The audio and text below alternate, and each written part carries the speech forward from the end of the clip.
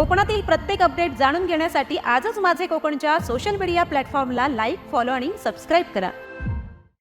शिवसेना प्रमुख बाळासाहेब ठाकरे यांच्या जन्मशताब्दी वर्षाचा आज दिमाखात शुभारंभ झाला।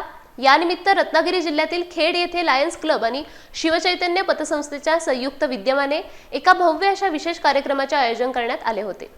बाळासाहेबांना अनोखी मानवंदना देण्यासाठी आकाशातून मॉडेल विमानांच्या सहाय्याने प्रत्यक्ष पुष्पवृष्टी करण्यात आली। सदानंद काळे आणि अथर्व काळे या पितापुत्रांनी चिमुकल्या विमानांच्या सहाय्याने चित्तथरारक हवाई कसरती सादर केल्या, ज्या पाहून उपस्थित हजारो विद्यार्थी आणि ग्रामस्थ पूर्णपणे थक्क झाले। कार्यक्रमाच्या सुरुवातीला बाळासाहेबांच्या प्रतिमेला सर्व मान्यवरांच्या हस्ते पुष्पहार अर्पण करून भावपूर्ण अभिवादन करण्यात आले। त्यानंतर विमानांच्या या अद्ययावत तांत्रिक कलेची सविस्तर माहिती शालेय विद्यार्थ्यांना देण्यात आली। कोकणाच्या मातीत रंगलेला हा ऐतिहासिक सोहळा खऱ्या अर्थाने बाळासाहेबांच्या स्मृतींना उजाळा देणारा ठरला। या सोहळ्याचे थेट दर्शन घेण्यासाठी नागरिकांनी मोठी गर्दी केली होती। नाविन्यपूर्ण उपक्रमातून विद्यार्थ्यांमध्ये विज्ञानाची आवड निर्माण करण्याचा यशस्वी प्रयत्नही करण्यात आला।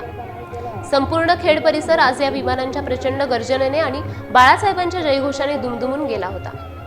विमान ही रेडिओ कंट्रोल म्हणजे पायलट जमिनीवर, या सगळ्या विमानाला इलेक्ट्रिक मोटर आहे।